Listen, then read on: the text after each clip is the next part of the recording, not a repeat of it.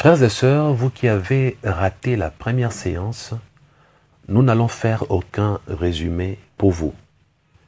Point de besoin pour nous de nous répéter. Poursuivons. Aujourd'hui, nous allons poursuivre avec le don de l'esprit.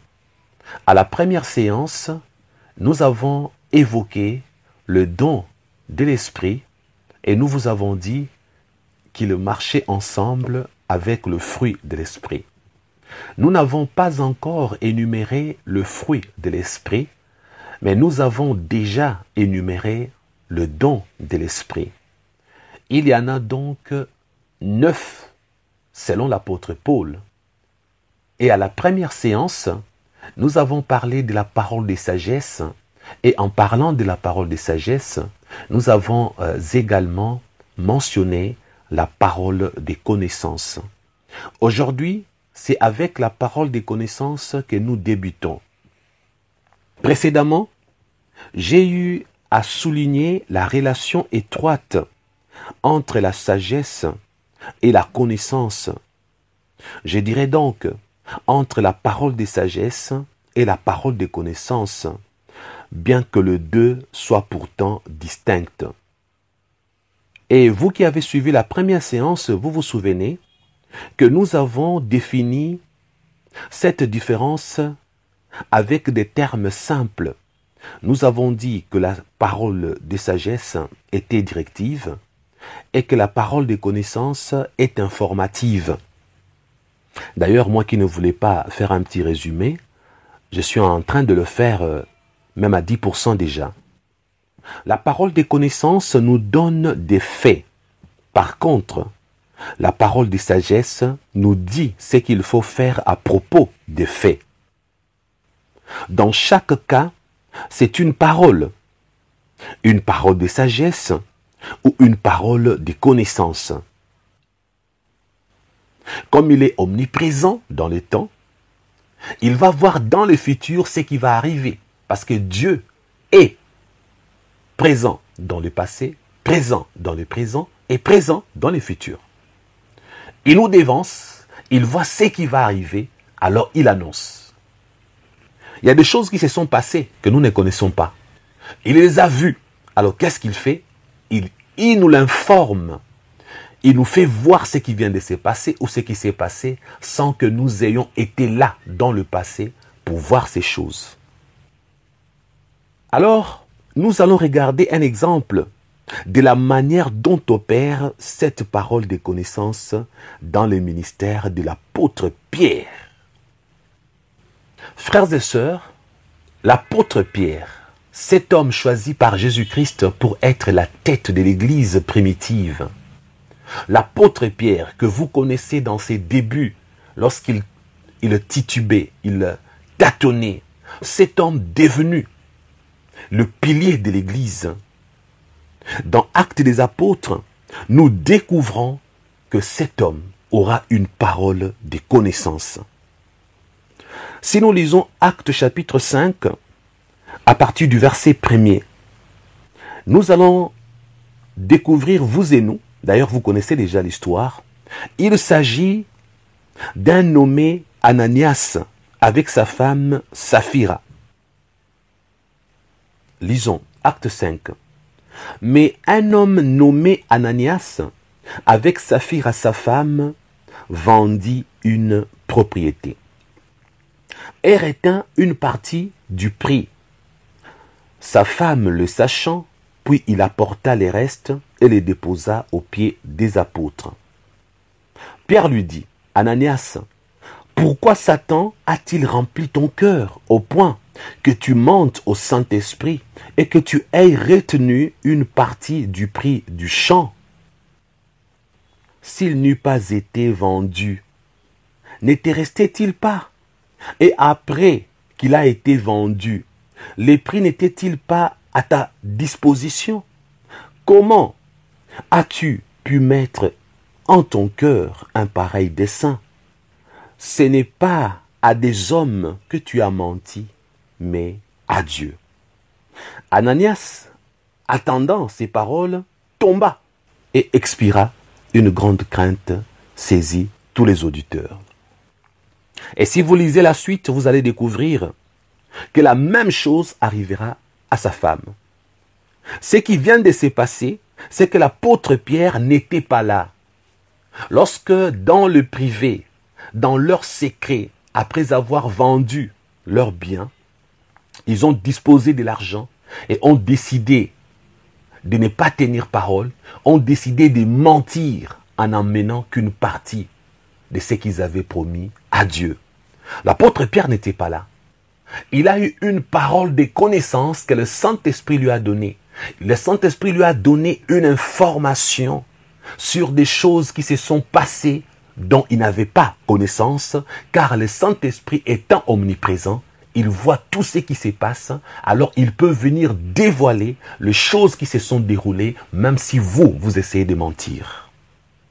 Il y a des hommes de Dieu qui ont la parole de connaissance. Lorsque vous essayez de le tromper, ils savent. Le Saint-Esprit leur dit, celui-ci n'est qu'un menteur. Le Saint-Esprit connaît tout. D'ailleurs, dans mon pays, on dit le Saint-Esprit est songi songi. Songi songi, c'est pour dire que même ce que tu ne veux pas qu'on sache là, lui, il le sait. Et il va, en quelque sorte, humainement parlant, te trahir. Bon, c'est une façon de dire que il viendra dévoiler ton secret pour que les gens sachent qui tu es réellement lorsque tu prévois faire du mal. Il y a des hommes de Dieu qui ont été avertis qu'ils seront empoisonnés et que le poison a été mis dans leur nourriture. Et l'homme de Dieu a prié contre le poison avant de manger. Il y a d'autres hommes de Dieu qui ont su le projet machiavélique de certains humains. Dieu a montré les cœurs de certaines personnes. Il y a même des hommes de Dieu qui sont arrivés à lire le pensée des autres. Non pas parce qu'ils ont cette capacité, mais parce que le Saint-Esprit a dévoilé les choses cachées en donnant la connaissance à son Fils, donc les serviteurs de Dieu, pour qu'ils soient avertis. Alors, frères et sœurs, si nous examinons de près, je vais vraiment insister sur certains points pour illustrer l'opération de la parole de connaissance. Premièrement, l'apôtre Pierre a reçu cette connaissance directement du Saint-Esprit. Il n'y avait aucune intervention humaine. Ce n'est pas quelqu'un qui aurait vu et qui serait venu avertir l'apôtre Pierre. Non. Alors, il y eut deux effets principaux. Tout d'abord, l'opération de ces dons, dans ces contextes, préserva l'Église d'être infiltrée par l'hypocrisie. Parce que Dieu ne peut pas accepter la bénédiction de l'hypocrisie. Oui, tu veux donner à Dieu. Hypocrite, tu dis je donnerai la totalité, toi tu arrives avec une portion, une moitié. Dieu n'a que faire avec notre argent. Dieu n'a que faire avec le sacrifice, parce qu'il est dit dans l'Ancien Testament que l'obéissance vaut mieux que le sacrifice. Dieu n'a pas besoin des hypocrites. Dieu n'a pas besoin que ses vrais enfants vivent dans l'hypocrisie pour enseigner. Alors Dieu a permis que l'apôtre Pierre le sache. Et Dieu a décidé à l'époque de frapper Ananias et Saphira. Aujourd'hui, nombreux sont frappés sans le savoir. Même l'apôtre Paul l'a dit. Vous qui prenez la Sainte Seine sans respecter le corps de Christ et son sang. Voilà pourquoi parmi vous, il y a des extropiés. Il y a des malades, des gens qui meurent jeunes, qui meurent vite. Dieu frappe lorsque vous prenez la Sainte Seine avec négligence. On ne joue pas avec ce qui est sacré, bien-aimés en Christ. On ne joue pas avec ce qui est spirituel, frères et sœurs. Tu as promis de bénir un homme de Dieu avec de l'argent, avec une enveloppe, en donnant un don. Tu penses que c'est à cet homme que tu as promis? Non. Lui, c'est un homme de Dieu, comme on l'a dit. C'est un serviteur du Très-Haut. C'est à son Dieu que tu as promis. Quand tu donnes à un homme de Dieu, tu ne donnes pas à cet homme. Tu donnes à Dieu par les canaux de son serviteur. Et chaque fois que tu as menti à un homme de Dieu, tu as menti à Dieu. Chaque fois que tu as menti à ton église, là où tu pries, tu as menti à Dieu. Tu vas te poser la question, mais pourquoi Dieu ne m'a pas frappé? Pourquoi je suis encore en vie? Mais c'est simple. La colère de Dieu est lente. Dieu est lent avec sa colère, parce qu'il est miséricordieux. Lent, cela veut dire qu'il y aura un temps où il va frapper. Il ne frappe pas précipitamment. Il ne le fait pas dans la rapidité. Il le fait avec lenteur, mais il finit par le faire. Il y a des chrétiens qui vont mourir jeunes, frappés par Dieu. Il y a des chrétiens qui vont mourir précipitamment à cause des promesses non tenues, à cause de mensonges. Ils mentent à Dieu. Qu'est dire de ceux qui ont promis à Dieu? Je vais changer, Seigneur, je te promets, je vais changer. Je vais arrêter de mentir. Je vais changer. Je vais arrêter d'être jalouse. Je vais arrêter d'être escroc. Je vais arrêter avec mes péchés. Tu as tellement promis à Dieu. Lorsque tu ne mets pas en pratique ce que tu as promis à Dieu, il peut te frapper. Il va te frapper. Il doit te frapper. Parce qu'on ne se moque pas de Dieu. Il ne s'agit pas que de l'argent. Eux avaient promis l'argent. Mais que dire pour toi qui as promis de donner un bien matériel, pour toi qui as promis de donner ton temps à Dieu, tu as promis d'être là, tu as promis de servir, mais tu ne sers pas, tu n'as pas tenu parole. Tu avais promis de donner toute ta vie à Jésus-Christ pour qu'il en fasse ce qu'il veut, mais tu ne lui as donné qu'une portion de ta vie. Il va te frapper et te retirer le reste de ta vie. Voilà pourquoi nombreux meurent jeunes et croupissent dans la misère. Dieu n'a pas voulu que l'hypocrisie fasse partie de l'Église primitive. Cela avait permis que le chrétien de l'époque apprenne la pureté, l'honnêteté et d'éviter de mentir surtout à leur Dieu. Ils avaient appris à être droits devant Dieu. Ce que Dieu fait, le fait toujours pour un but précis. Les dons de Dieu ne sont là que pour rendre gloire à Dieu. Le don de la parole de connaissance qu'avait utilisé l'apôtre Pierre, il l'avait utilisé pour rendre gloire à Dieu, pour la perfection des saints, pour l'édification des chrétiens. Les dons sont utilisés pour nous amener à la perfection. Les dons sont utilisés pour nous édifier. Les dons sont utilisés aussi par moments pour que nous soyons frappés, pour que la correction soit donnée et que les autres chrétiens apprennent la crainte de Dieu et qu'ils tremblent devant la sainteté de Dieu. Voilà pourquoi Ananias et Saphira furent un modèle de correction divine.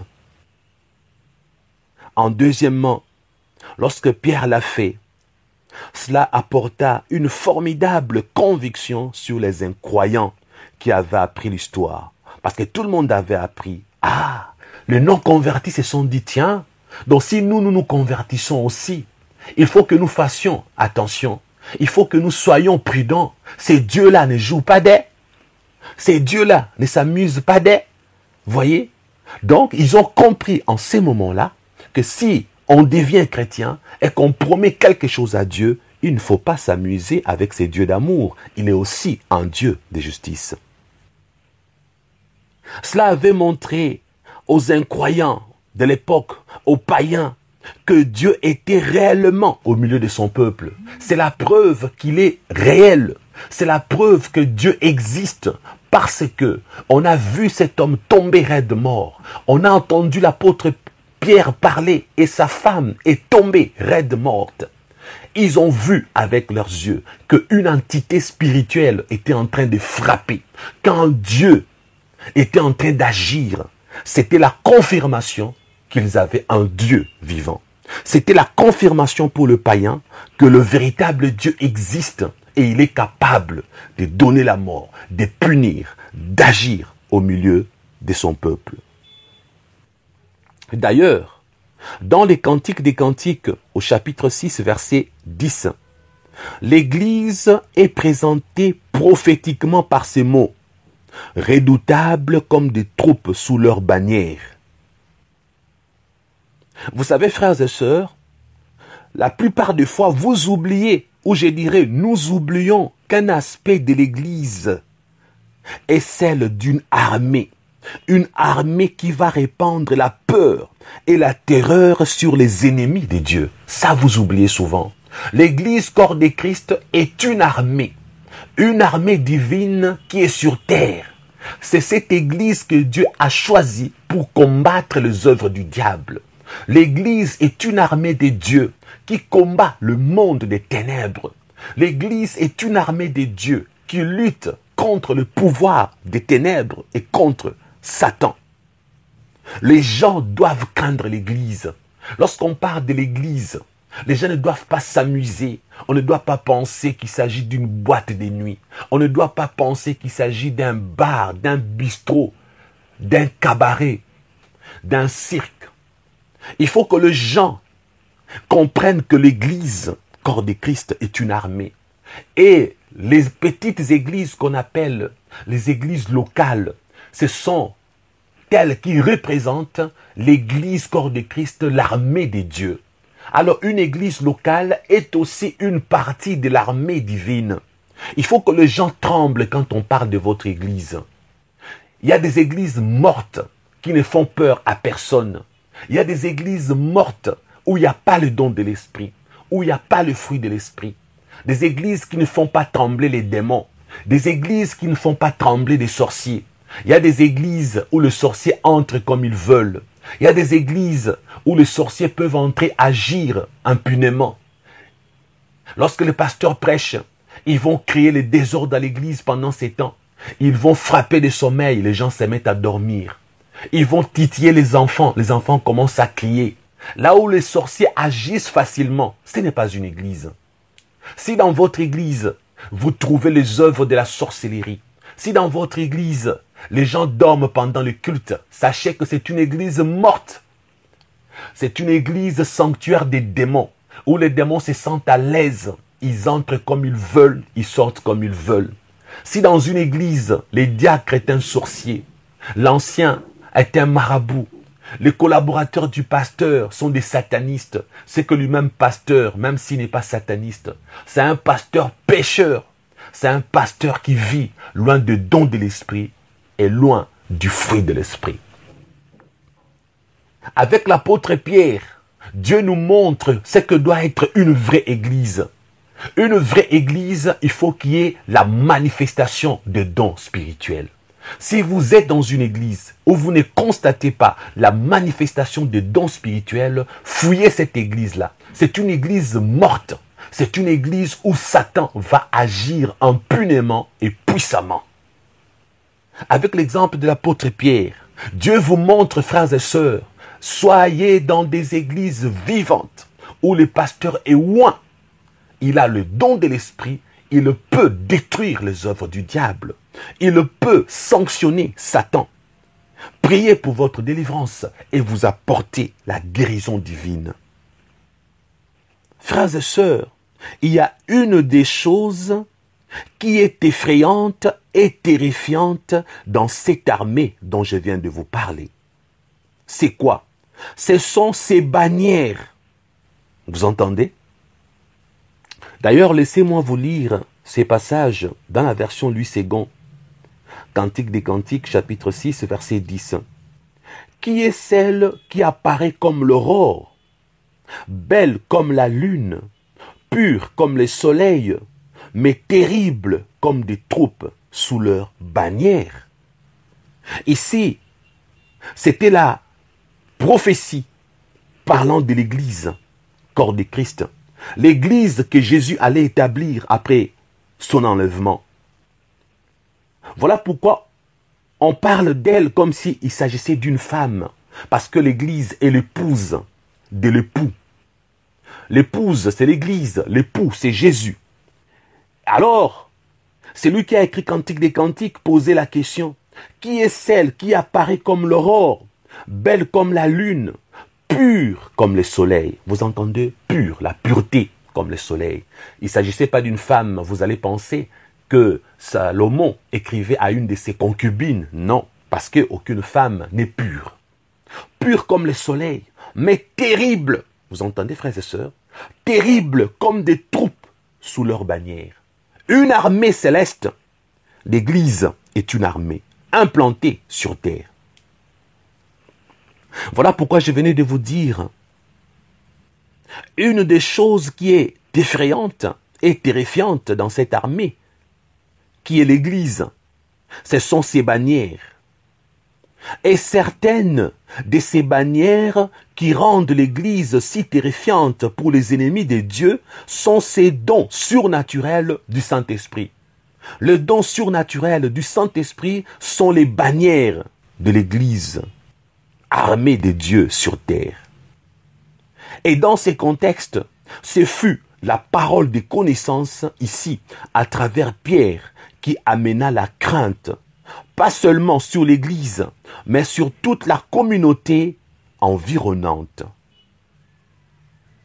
Frères et sœurs, c'est une des fonctions des dons du Saint-Esprit que de vous rendre capable de s'occuper efficacement des ennemis de Dieu et de rendre l'Église vraiment terrifiante comme une armée avec des bannières. Frères et sœurs, une armée fait peur. L'armée américaine fait peur aux Arabes. L'armée américaine fait peur à l'Europe, à l'Afrique. L'armée américaine fait peur au monde entier. Parce que le budget de l'armée américaine, l'argent que les Américains mettent pour leur armée, dépasse tous les budgets de l'armée européenne. L'armée la plus coûteuse au monde est l'armée américaine. L'Église est une armée qui doit faire trembler les démons. L'Église est une armée qui doit faire trembler les diables par le don surnaturel du Saint-Esprit. Là où il n'y a pas le don de l'Esprit, il n'y a pas de destruction des œuvres du diable. Là où un serviteur de Dieu n'a pas le don de l'Esprit, il ne peut pas faire trembler le monde des ténèbres. Là où un serviteur de Dieu n'exerce pas le don surnaturel du Saint-Esprit, il ne peut pas faire peur à un sorcier, ni à un magicien, ni à un marabout. Beaucoup d'hommes de Dieu sont attaqués parce qu'il n'y a pas la manifestation des dons de l'Esprit dans leur vie. Pourquoi? À cause de leurs péchés. Tu peux avoir des dons que Dieu refuse d'utiliser en toi parce que tu vis dans la compromission. Tu peux avoir des dons, mais Dieu a fait taire tes dons comme sanction, comme punition, pour que tu demeures une cible facile et que l'ennemi joue avec toi comme on jouerait avec un ballon. Vous savez, frères et sœurs, j'aimerais vous dire une chose. Cherchez à avoir une relation particulière avec le Saint-Esprit. Le Saint-Esprit n'est pas une puissance.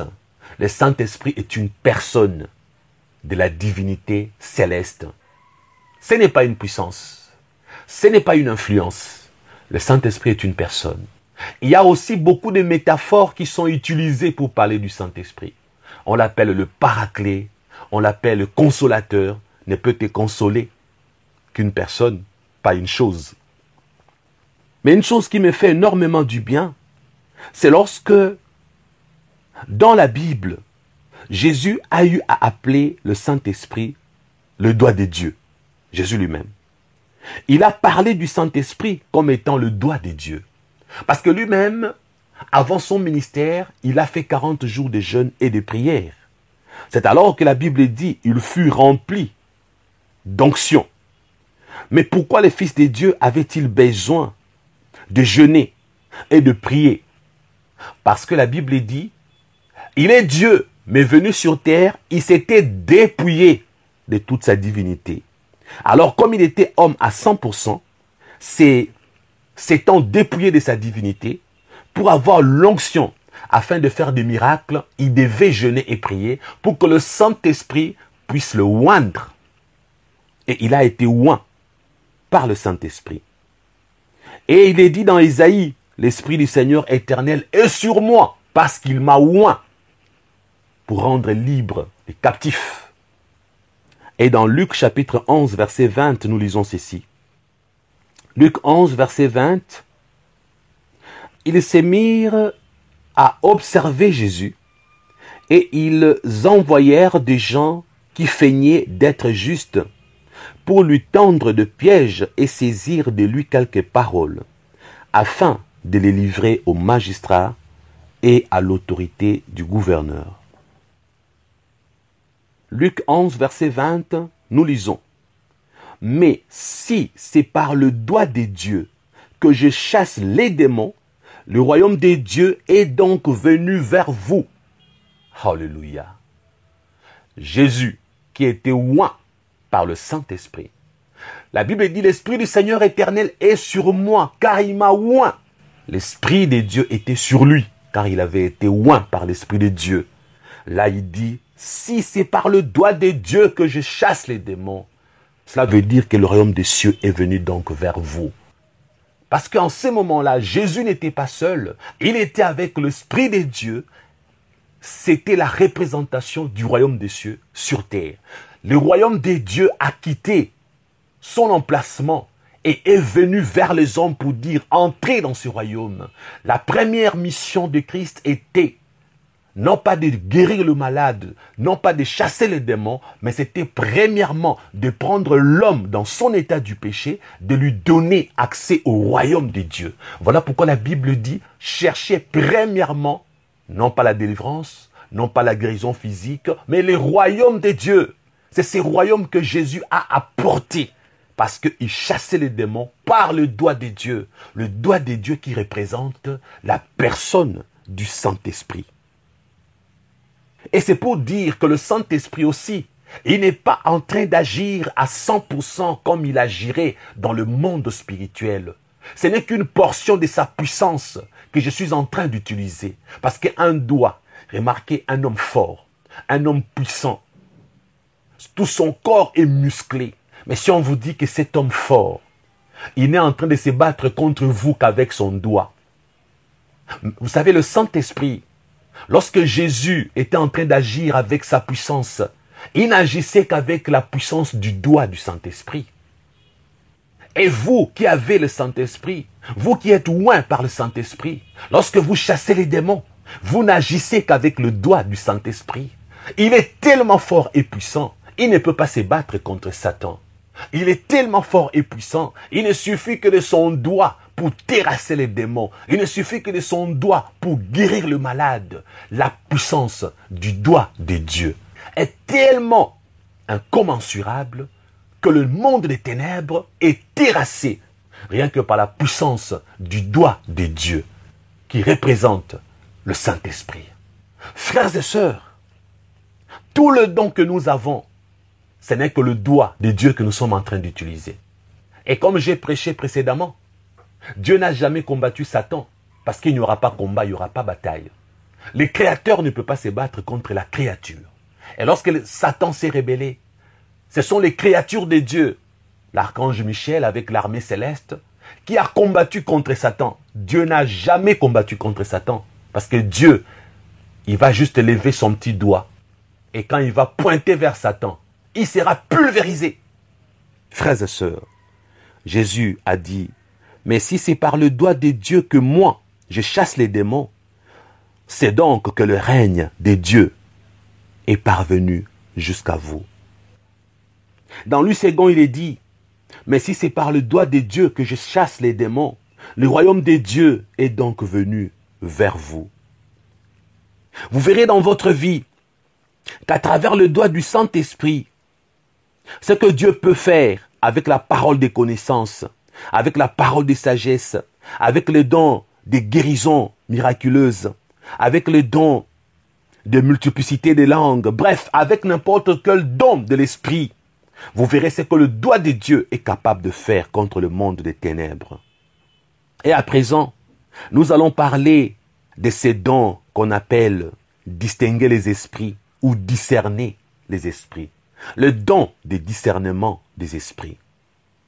Comme j'avais réparti en 3 groupes, donc je peux vous dire que nous sommes en train de parler du dernier don des révélations. Parce que je vous ai dit que le premier groupe était le groupe de révélation. Les derniers dons des révélations, c'est le discernement des esprits ou la distinction des esprits si vous voulez. Parce que les 2 traductions sont utilisées dans d'autres Bibles. On dit le don de discernement des esprits ou discerner. Dans d'autres, on parle de distinguer. C'est bonnet, blanc, blanc, bonnet. Tout d'abord, je vais essayer de définir pour vous distinguer ou discerner. La compréhension est simple. C'est le moyen de reconnaître ou d'identifier, tout simplement. Reconnaître les esprits ou identifier les esprits. Donc, si vous avez ces dons, vous avez la possibilité de reconnaître ou de distinguer entre plusieurs sortes d'esprits auxquels nous sommes confrontés, connaître leurs différences, leurs modes d'agissement, leurs modes opératoires. Et dans cette connexion, nous avons besoin de garder à l'esprit que le ministère chrétien est un ministère dans le domaine spirituel. Parce que dans Ephésiens chapitre 6, verset 12, nous lisons ceci. Car nous n'avons pas à lutter contre la chair et le sang, mais contre les dominations, contre les autorités, contre le prince de ces mondes des ténèbres, contre les esprits méchants dans le lieu céleste. Ce n'est pas un combat charnel, c'est un combat spirituel. Voilà pourquoi l'apôtre Paul dit que nous ne combattons pas des ennemis de chair et de sang, ou des personnes avec des corps, mais nous luttons contre un royaume spirituel maléfique, contre des esprits de méchanceté, frères et sœurs. Il est donc essentiel que nous soyons équipés pour combattre nos ennemis spirituels. Voilà pourquoi on dira que le but de ces dons est quadruple. Premièrement, c'est pour enlever le voile qui couvre le monde spirituel invisible. Voyez? Parce que ce monde, nous sommes incapables de le voir. Avec ces dons, de distinguer les esprits, la première chose que ces dons nous apportent, c'est enlever le voile qui couvre le monde spirituel invisible, surtout celui de Satan. Parce que le monde des ténèbres, c'est ce monde-là que nous sommes censés nous occuper si nous voulons être efficaces. Deuxièmement, le but de ces dons est de nous permettre de voir comme Dieu voit, car l'homme regarde à l'apparence extérieure. Mais notre Dieu regarde au cœur, donc à l'intérieur. Dieu regarde là où les choses sont cachées. L'homme voit ce qui est visible, Dieu voit ce qui est invisible. Le don de discernement ou de distinction des esprits nous permet d'aller au-delà des apparences et de voir la condition du cœur. C'est pourquoi je vous ai dit que ce don s'opère à 4 niveaux. On peut dire que ce don a pour but, premièrement, d'enlever le voile qui couvre le monde spirituel invisible et de nous donner accès à ce monde pour que nous puissions voir ce qu'on ne peut pas voir avec les yeux humains. Il enlève le voile. Il vous fait voir l'invisible. Il vous montre les esprits pour que vous puissiez les distinguer séparément. Et deuxièmement, ce don permet de voir comme Dieu voit. Ce don nous donne les regards de Dieu. Ce don nous ouvre les yeux spirituels pour que nous ayons accès aux choses invisibles qui sont cachées. Et son troisième but est de nous protéger de la tromperie. Parce que souvent les esprits mauvais nous trompent, nous mentent, comme durant une délivrance. Nombreux sont ces serviteurs de Dieu qui n'ont pas la capacité de discerner ou de distinguer les esprits. Ils sont en train de causer avec les esprits. Au nom de Jésus, je te chasse, à le sort. Et l'esprit mauvais qui répond, oui, je suis parti, oui, je suis sorti. Mais ces hommes de Dieu sont un peu insensés. Depuis quand un démon peut dire la vérité? Il y a des gens qui ont fait des délivrances multiples et qui annoncent, oh, quand je chasse les démons, ils sont en train de partir. Et quand vous chassez les démons, il faut leur poser la question s'ils sont partis. Dès qu'ils vous disent, je suis parti, là maintenant vous savez qu'ils sont réellement partis. Bêtise. Parce que les démons sont des menteurs comme Satan. Chaque fois qu'un démon a parlé, il a menti.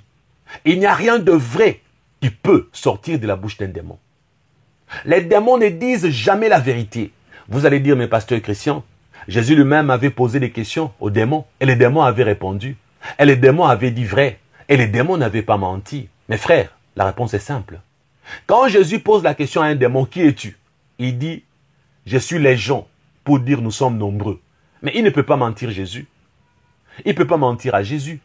Parce que les démons savent que Jésus connaît ce qui est caché. Les démons savent que Jésus connaît quand on ment. Alors, ils ne peuvent pas mentir au Fils de Dieu. Même Satan ne peut pas mentir à Jésus. Voilà pourquoi il avait pris la parole. Il avait pris ce qui était écrit. Il est venu dire à Jésus, il est écrit que. Voyez, il ne pouvait pas mentir à Jésus. Mais Satan avait menti à Ève. Lorsqu'il est venu vers Jésus, il a pris la vérité qui avait été écrite sur Jésus. Il lui a apporté cette vérité en disant, Jésus, il est écrit. Jésus lui a répondu, il est aussi écrit que. Mais à un humain comme toi et moi, nous ne connaissons pas ceux qui sont cachés. Nous ne connaissons pas les choses spirituelles cachées. Les démons viendront nous mentir. Et ils mentent exagérément. Lorsque tu chasses un démon et qu'il te dit qu'il est parti, il t'a menti. Il est toujours dans les corps. Nombreux sont ces gens qui n'ont jamais été véritablement délivrés. Parce que ceux qui ont prié pour leur délivrance ont cru que le démon était parti lorsqu'il a dit que je suis parti. Voilà pourquoi le troisième but de ces dons est de nous protéger de la tromperie, surtout provenant des esprits. Vous savez, il nous est rappelé que parfois Satan vient vers le peuple de Dieu comme un ange de lumière, pas vrai? Lorsqu'il vient comme un ange de lumière, qu'est-ce que cela veut dire? Il fait semblant de venir comme Dieu. Les faux serviteurs de Dieu sont comme Satan. Ils viennent vers vous comme des anges de lumière. C'est pour dire que ils se feront passer pour les vrais apôtres, alors que ça sera des satanistes. Ils se feront passer pour les vrais ex-satanistes, alors qu'ils seront toujours des satanistes. Et ils viendront dans le but de vous tromper.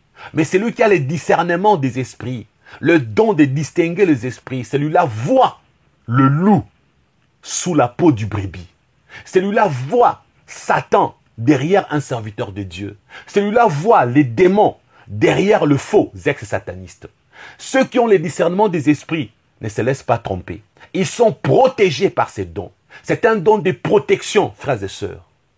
Ces dons protègent le chrétien. Et si vous avez ces dons, vous avez la facilité de distinguer. Et vous qui n'avez pas ces dons, apprenez à écouter ceux qui ont le don de discernement des esprits. Parce que tout le monde n'a pas ces dons. Vous pouvez en bénéficier au travers de ceux qui en ont. Votre pasteur peut vous protéger. C'est pasteur qui vous dit, arrêtez d'aller de gauche à droite dans d'autres églises. Restez ici. Parce que lui, il voit les dangers qu'il y a ailleurs. Mais vous, vous pensez qu'il est jaloux. Vous pensez qu'il manque d'onction. Alors que votre pasteur a le don de discernement des esprits. C'est donc qui est une protection pour lui-même et pour vous, ces brebis. Mais vous refusez de croire en lui. Vous partez ça et là. Et là, on part vous posséder. On part vous voler votre argent. On vous fait du mal parce que vous n'avez pas cru l'homme de Dieu qui avait le don de discernement des esprits. Et le quatrième but de ces dons est de nous permettre de diagnostiquer le problème des gens et ainsi de les aider. Quelqu'un arrive, vous ne voyez pas dans le spirituel, mais le Saint-Esprit vous montre par ses dons ce qui se passe dans sa vie. Le Saint-Esprit vous montre comment les démons sont dans sa vie. Vous discernez et vous distinguez qu'il est possédé. Vous allez l'aider à passer à la délivrance. Quelqu'un vient, il a été maudit par les esprits de sa famille. Vous voyez que réellement il y a des esprits mauvais qui le poursuivent. Et vous comprenez qu'il faut qu'il passe par la délivrance. Donc ces dons nous aident à exercer notre ministère pour aider les autres. Parce que nous avons le discernement, nous pouvons comprendre leurs problèmes. Malheureusement, frères et sœurs, nous sommes obligés de nous arrêter ici pour cette deuxième séance. C'est tout un séminaire, c'est tout un enseignement. Il est évident que je puisse décortiquer lentement. Il est important que je donne des détails pour que vous puissiez comprendre et que vous puissiez grandir dans la maturité chrétienne. Je ne dois pas être pressé. Je dois décortiquer parce que c'est un enseignement. Retrouvons-nous à la troisième séance.